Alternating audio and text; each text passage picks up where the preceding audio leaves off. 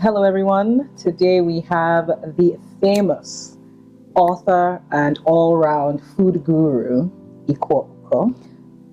Amaka, thanks for having me today. Thank you for accepting this and being here with us. This interaction was instigated by this bad boy, which is your latest project. Yes. And we will be diving into your brain to talk about, how this came about, what you think about food, Nigerian culinary industry, how, it's viewed locally and globally.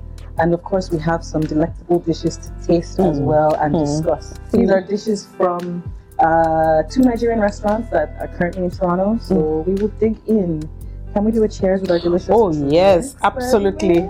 Always good to start with cheers. Exactly. Cheers. That tastes nice. Very delicious. Zobo Yes. or Chapman. Zobo A mix. Chap. Yes. A mix. Yes. Zobo man. It's your girl Maxi, aka Amaka, Amax, or Amaka, like my mother calls me. I enjoy gisting.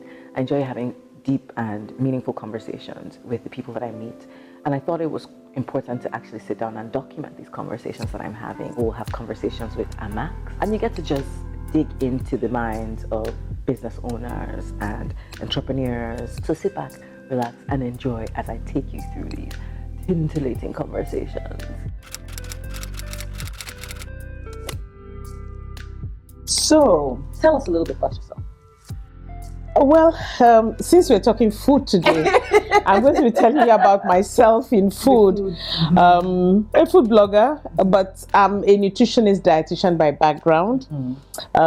Came into food, because I worked with a food company as well.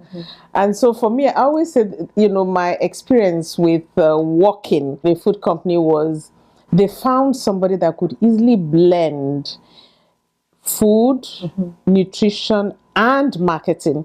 I mean, what a perfect blend that was for them. I think they gained more from me than I did from them, to be honest. Yes, but I'm also a podcaster. I have a podcast with my daughter at but my passion is also marketing. So in addition to food, my other side is marketing. And of course, I am married. I have 3 children. Yeah. That's lovely. So have you always, loved food since you were a child? Like, when did that, awareness of the connection with food and the desire to just interact with it this way, when did that develop? If you're the first daughter in a Nigerian home, you know that you're the one that will be thrown into the kitchen first. So whether you like food or not, you got to interact with food anyway.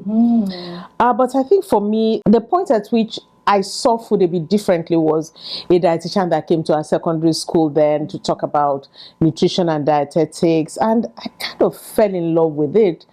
Why? Because it seemed different. It was not the usual law, pharmacy, medicine. And I said, this sounds interesting. Let me investigate that more.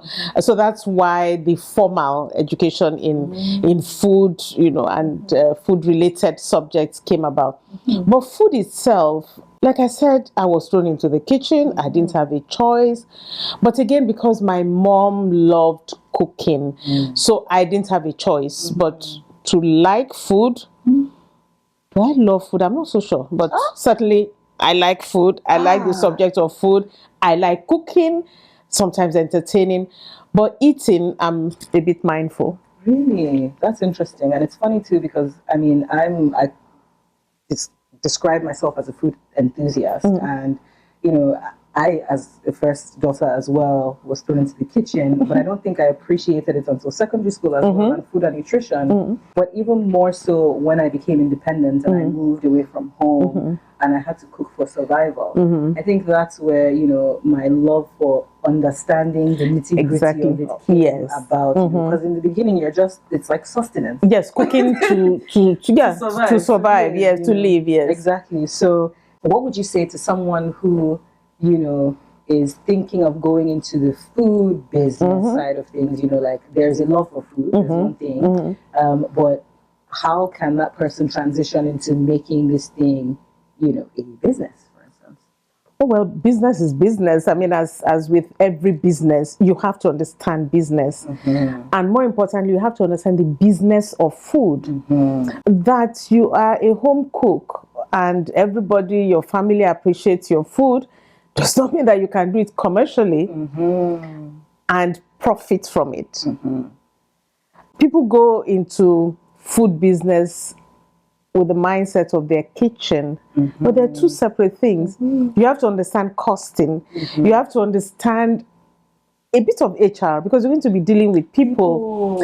You have to understand how to buy ingredients, combine ingredients, and keep your cost minimal so that you can make some profit. You have to understand, where do I shop? When do I shop?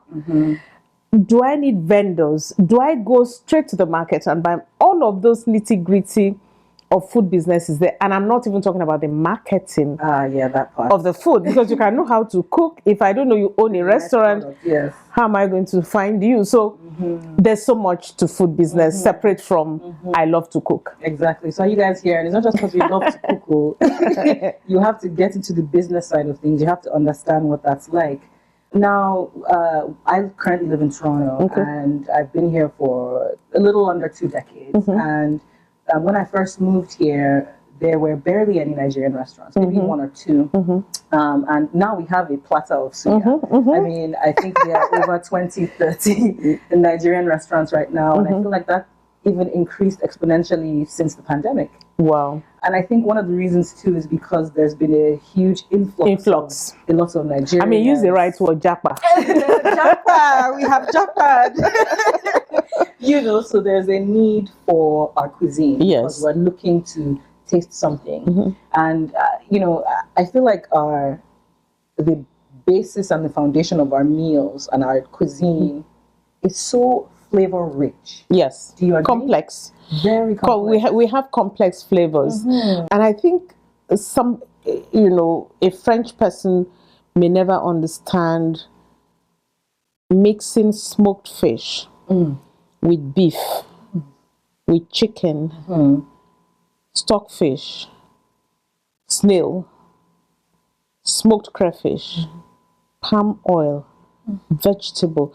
You see, when we talk about complex flavors, that's what I'm talking about. Exactly. And on top of that, if you're from the Southwest, iru might just be in that mix. Of course. Onion is in that mix.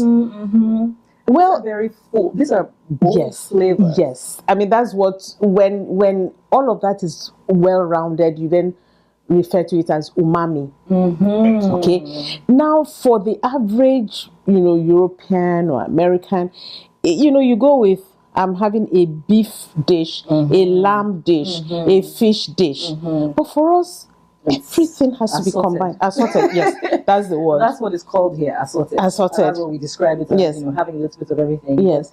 That also made me have a vast palette. And so I'm constantly looking for all these flavors when I'm going to a restaurant to eat. So I feel like, the world is only starting to understand, the African culture, the Nigerian culture. You mentioned, and I will quote you, you said, as the story of Nigerian fashion, music, and movies continues to gain global recognition, so will our food.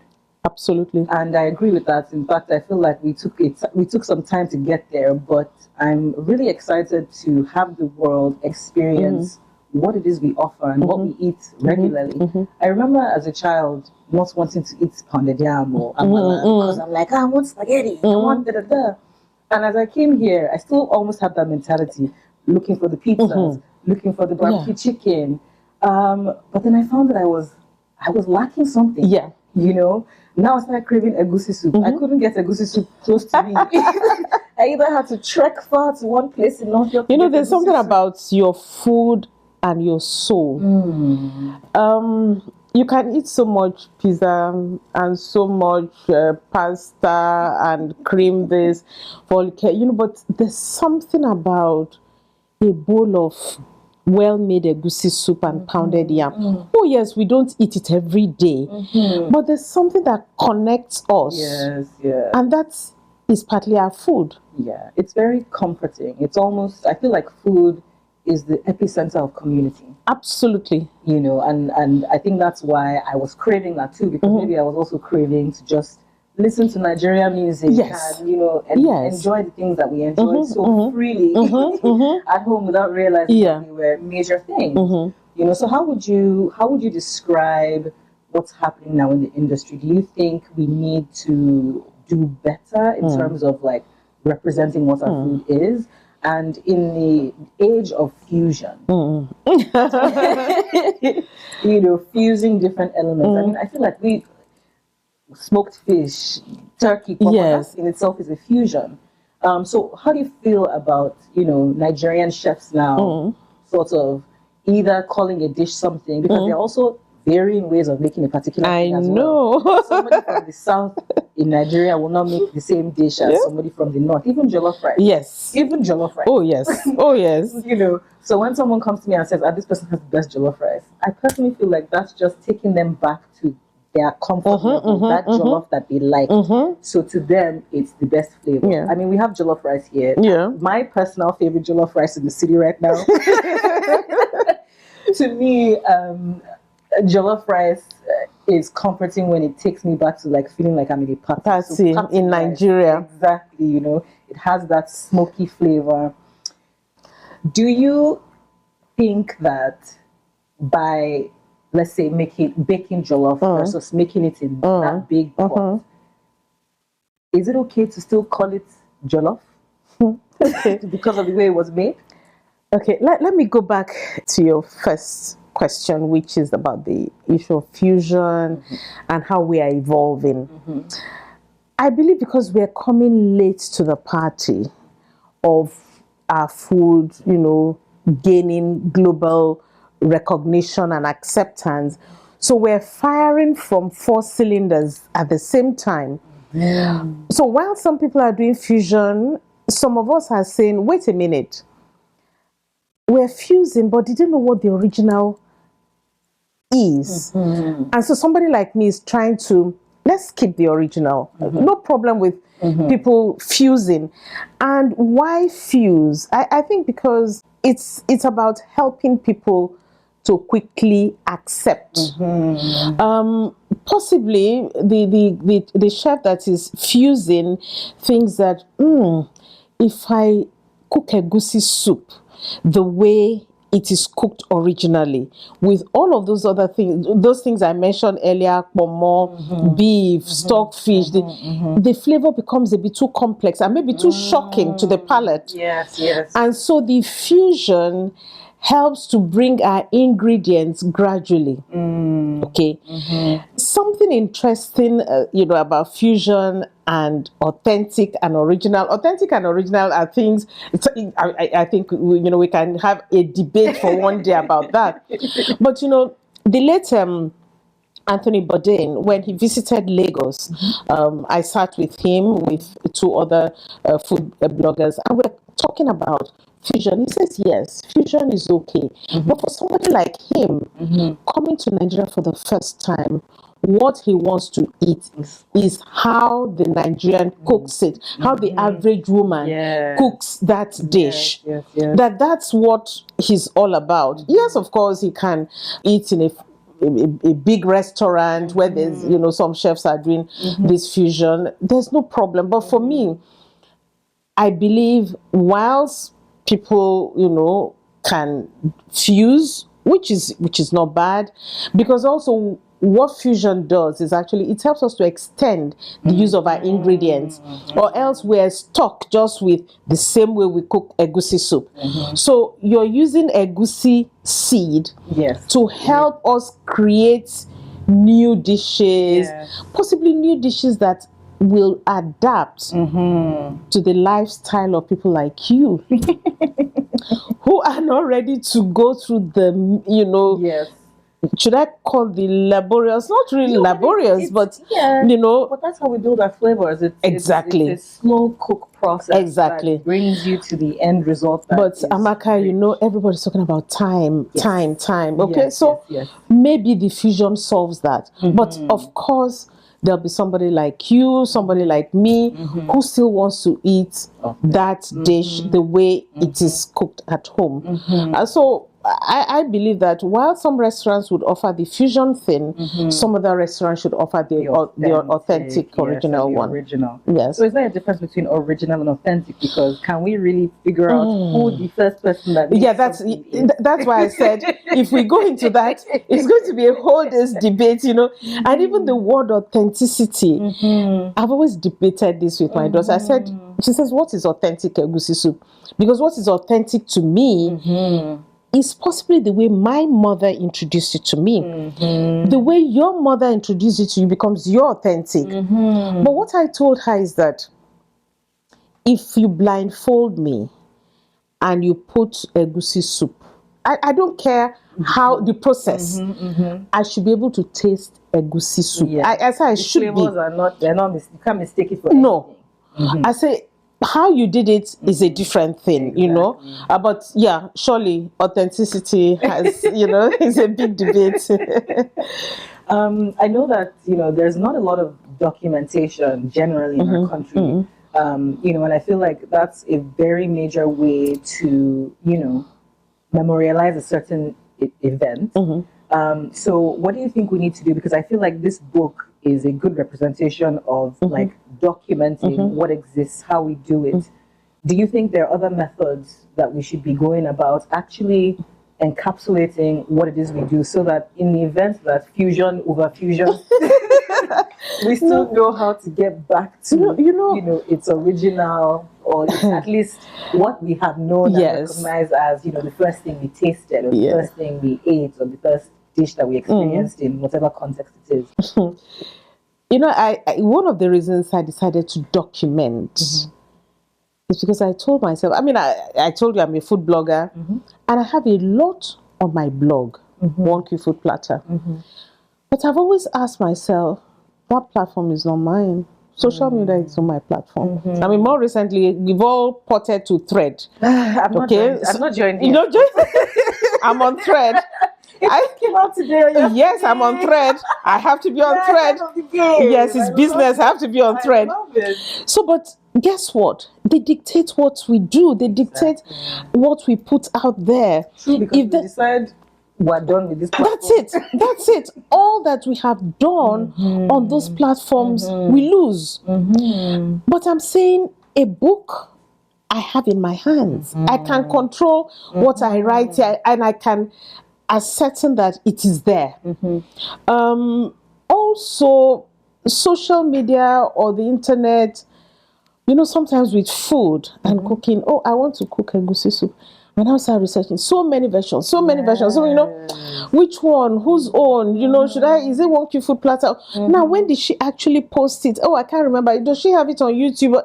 No, I don't want to go through that problem. So documentation becomes important. Look, there's so many people that have food blogs, Nigerians, that have a lot of information on the internet. But, you know, that's where it ends. Maybe people search and they find, but there's something about a book. There is something about a book and food and the images. I mean, because when you look at the images in this book, you know, even I would say they are mind-blowing. Yes, they are mind-blowing. I mean, they are pretty captivating, and I love the light that it's bringing towards, like, look, this is, you know, people in a market and a woman carrying plantain. I don't know if you can see it, but you need to get your book so you can see it. You know, but it's just, it's powerful. Yes. It speaks a lot, you know. I mean, there's been a couple of documentations. I mean, I'm not going to say that people have not documented before now, but what people have done for most people, it has been recipes, you know, ingredients, method, you know, and that's it. What I decided to do is to come up with stories. Stories that help to, for anybody who is not a Nigerian, you start to appreciate. You know, I'm providing a context to your egusi soup or suya. You know, you eat suya and then, okay, where is it from? How is it done? Who does it? And all of that. And culturally, where does suya sit in the life of a Nigerian? So those are the kind of things I have in the book, which, like I said before now, you would have the recipe, you know, it was all about cooking. Yes. I refer to this as a food book, not a cookbook. Ooh, I think so too. I think so too. Have you been thinking about this for a while? Like, when did you realize that, you know, this needed to be done? Was it recently? Is it something that you've sort of had a desire to do? I did. I've always thought that I should do this, but the courage wasn't there because it's a lot of work. I think what got me really, started and with speed was one of those days my mom, was with me just before she passed. And I would get quite a lot of recipes from her, particularly efik dishes, efik dishes that you don't find common now. Yes. She would give me the recipe, and there's this particular dish. It's a cake. It's made from ogbono. And I remember when we used to visit my grandmother, she would roast it in the fire. Oh my goodness, the aroma was something else. You just said ogbono and cake. Yes, it's made into a cake, and you roast it. It had pepper, it had everything. You roast it, it chars a little bit, and use it to eat yam. My mother couldn't remember. She referred me to some aunts. I asked, they couldn't. Nobody's making that anymore. So I then told myself, I said, wait a minute. We might just sit here and one of these days, egusi soup might not exist. And somebody might say, I don't know how to cook egusi soup. Okay, I guess the internet would help us out. But there's so many of our dishes that we are losing. And there's this thing about food and nutrition and health, which is something also I'm passionate about. It's when we have a lot of choices. But if we're all eating egusi soup, okra, jollof rice and stew, maybe beans, maybe pottage sometimes, we're not helping the body. Yes. We have to have a lot of varieties to choose from. I mean, I should really and truly, if I want, I can eat different dishes of Nigerian food for a year. I might not have to repeat. Of course, we have our favorites, and we have those ones that are easier to cook. But it's important that we have a lot of variety. And at the rate we're going is shrinking. Yes. That list is shrinking. If you check an average household, they might just be stuck with like 5 things they eat. Agreed. And I think it also has a lot to do with, I guess, we're in an age now where we're constantly busy. I said it earlier. I said time. we're fighting with time, yes. But I think there's still an importance in still understanding that there are dishes that take 2 hours. Yeah. And time brings out beauty to me. Yes, and if, Amaka, even for the 2 hours, we can shorten the time.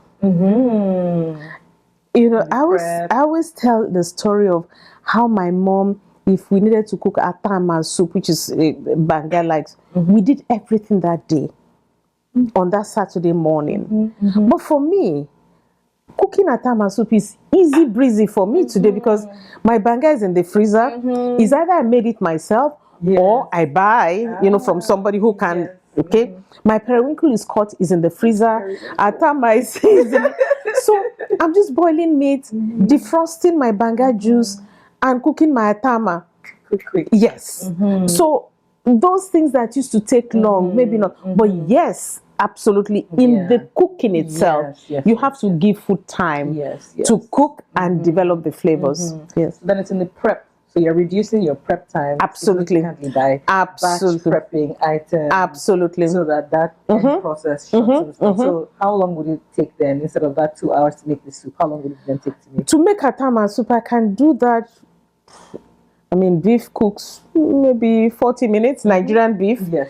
But if I was cooking Canadian beef, I mean, 10 minutes. Sharp. If I was cooking atama soup here, trust me, in 30 minutes, that soup is ready. Wow. In Nigeria, like I said, the beef itself takes about 40 minutes. It's tough. So yeah, that's what takes time. Wow. But this, the cooking of the soup itself, does not take time anymore. That's fantastic. You mentioned this was a lot of work. Absolutely. It was. What was that process like for you? And how long did it take to, Oh, I think the whole process took about 3 years plus. Wow. I mean, from concept until I had a printed copy in my hands. Of course, we had COVID in between, so I could not do a lot of the outside shots, the photography outside, because the photographs in this book we picked up from Lagos, Kano, Uyo, Oron, Enugu. Wow. Yes, and Kaduna. South, east, west. Right? Yes, I went through everywhere. I love the representation. Kaduna and Ibadan. And Ibadan as well. So we picked all of these images because also, for me, it's about the authenticity of the book, When I say I'm talking Nigeria, I mean Nigeria. Exactly. I'm not talking about Lagos. Exactly. It's not about sitting in my kitchen. I could easily have sat in my kitchen. I know the recipes because by the nature of my work, I have had the privilege of traveling all over Nigeria and some West African countries. So I knew those recipes. I had the recipes already.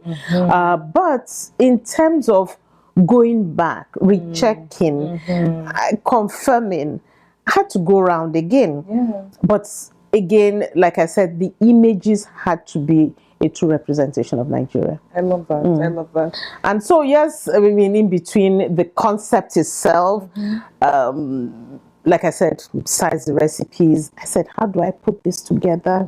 How do I tell the story? Exactly. That's what I was going to ask. Yeah, because how did you come about your understanding? You have different ways of telling a food story. I could just have written the recipes and fuse the stories in between the recipes. But I decided to separate the stories. I still refer to some recipes, actually. I talk about things like bargaining in the Nigerian market. You know that conversation with the meat seller? Yes. Customer, make I pay 6,000. I not get to. I beg you go agree 3,000. And then you go, you banter. I mean, I did that. Like I said, I want to immerse you in Nigeria. Practically from farm to table. So all that happens in between, you see as well. I mean, I talk about New Yam Festival here. I also wrote some of the stories in local Nigerian languages.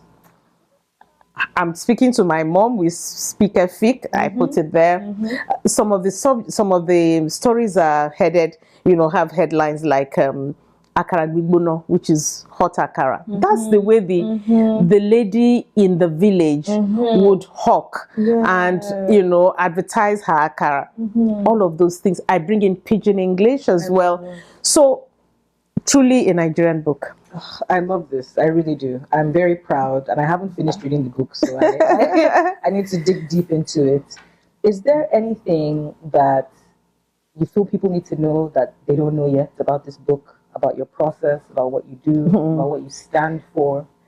I think one thing people should take away from this book is excellence. When we say we want to take Nigerian food to the global audience, for me, it had to be this. This is 360-page book. How many recipes are in here? I have over 130 recipes. And the printing, incidentally, I could not find the right printer locally. So I had to go outside Nigeria to print. Because I was looking for that excellence. If anything out of Nigeria has to be presented, it has to be excellent. I'm not going to go with a wishy-washy thing. Agreed. So we're going to talk about Nigerian restaurants. Oh, yes. So the question again for Nigerian restaurants, because I visited one the other day, and trust me, 3/4 of the people that walked in whilst I was there were not Nigerians. So our service, the food, everything has to portray excellence. It's a full experience, you know. And even, I mean, my dad always screams that, and I think that's something that I noticed that most Nigerians carry, especially when you're outside. I think that's what makes us stand outside of others, is that drive to just be Excellence, yes. be almost the best, which may sound egotistic, but it's such a great, you know, I guess, marker to use to just move around in the world. Absolutely. Yes. Absolutely. Yeah. I mean, look, I believe many more books will come out of Nigeria for the global audience. Exactly. But even for us too. Even for us too, because I feel like most people in the South don't know what people in the North are. Even I mean, I grew up in Lagos, you know, and there was only so much that I got. That was my world. It's only after leaving that I started to experience other dishes. Yeah. You know, and at least you got the chance to travel around a bit. Travel around. Yeah, you know, it's I think this book would also help those living in diaspora.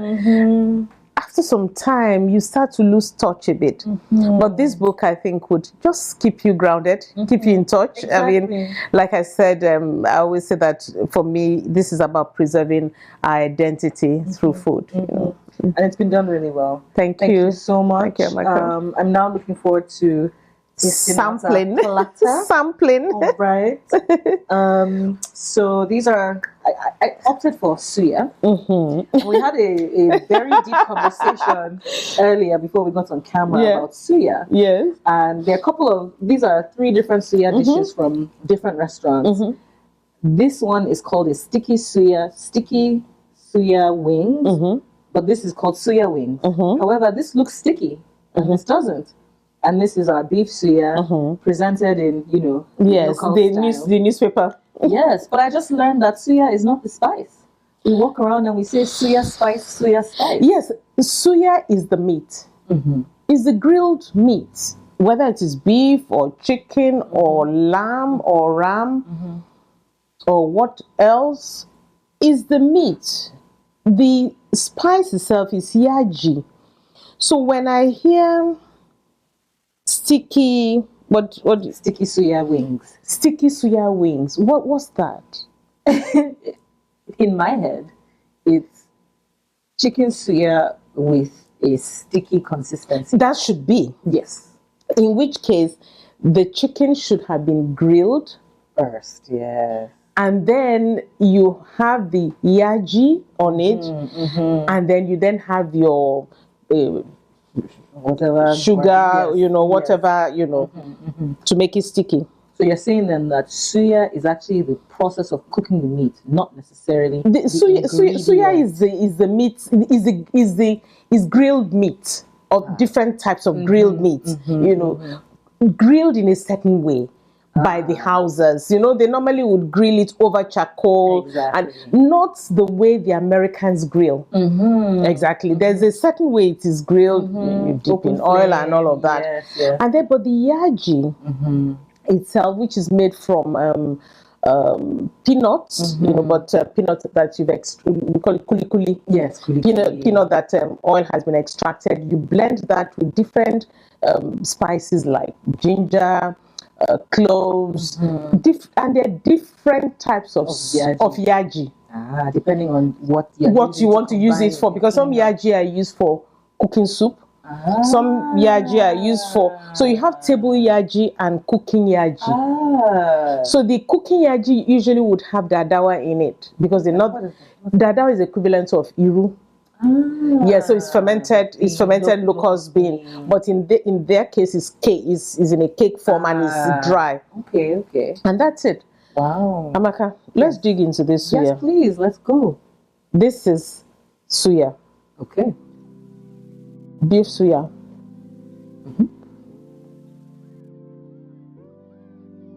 What do you think?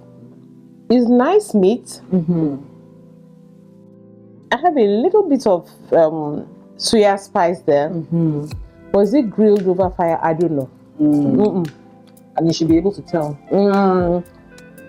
Not much. It looks like oven grilled. But there's still an element of there's a smoky. And if you grill in the oven, you get that as well. So This is fine. I mean, look, if you don't have a grill, you can do in the oven. This is where I have a problem.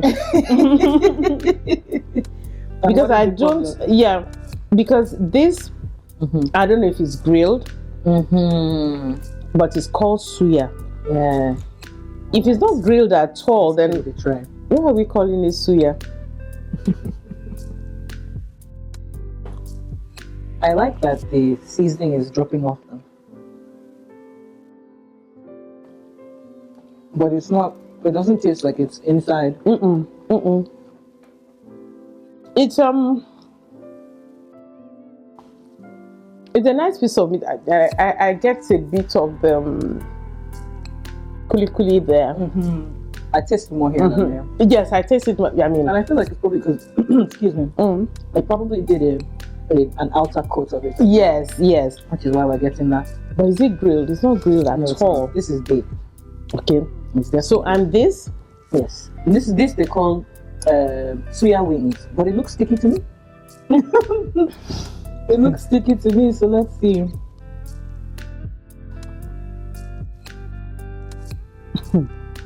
Coffee. I don't even taste any Suya. No. This is just me. No. Look, all of these are nice on their own. So back to nomenclature. Why? Is it because Suya is easier to understand than Yaaji? I think so. At least, it's again. We talked about authenticity. As we tell our story, our food story, we have to be careful. What story are we telling? So that we're not having conflicting stories.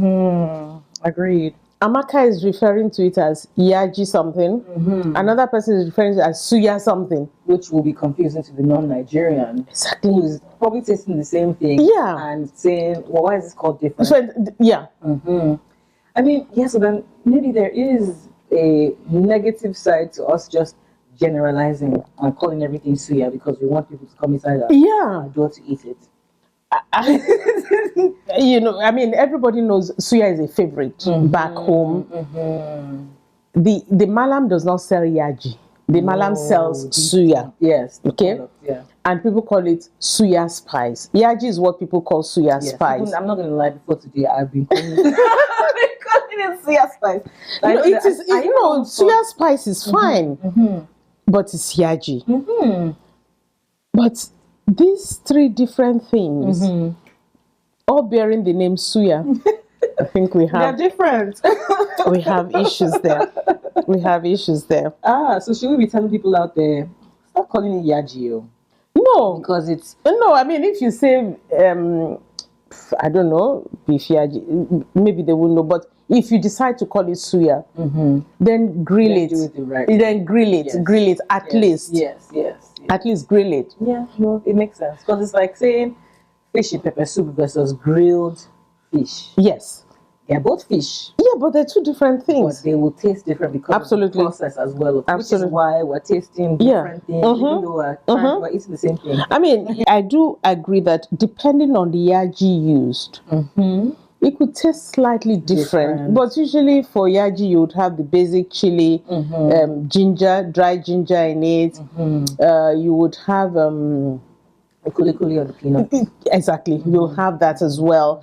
So we should have that. The sticky one, yes. Suya is never sticky. So if you're doing a fusion, if you're, I don't know, you can call it what you want to call it. Because they're all nice meats. Yes. To be honest, it's not that there's but it's just the name. Yes, So I know. I mean, I think it's important because as we're showcasing ourselves on a global platform. Yeah. You need to be consistent. Yes.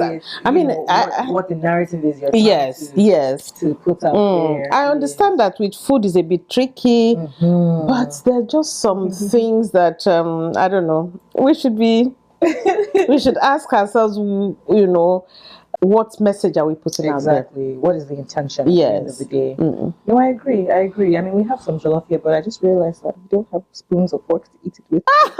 Don't worry. I think we'll have try it later. the puff puff. Exactly. I mean, puff puff, you don't feel with this. Oh no, I've tasted puff puff that is questionable, and I think This it is depends nice. on the the ratio of yeast. It's all about This is nice. The pastry is quite nice. And there's nutmeg in there. Yeah, there's nutmeg. Yeah. Well, they also give us a caramel sauce. Even this, dip it in. even when cold, it's still nice. So there's some puff puff you should not try when they're cold. This is true. That's nice. Oh, very delicious. All right. Anything you would like to say to people out there about your book? Where can we get it? Yeah, absolutely. Globally. Yes. So you can get Memories on a Platter on Amazon. But if you live in Nigeria, Roving Heights and Book Nook stock the book.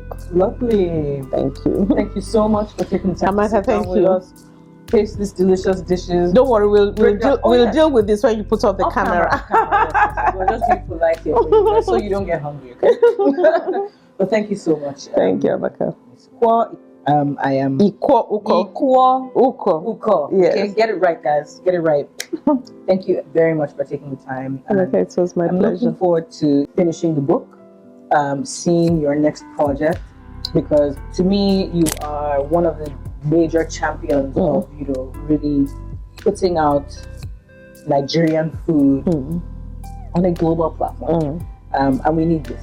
Absolutely. Yes. So thank you very much. You're welcome. All right. My name is Iquo Ukoh, the author of Memories on a Platter.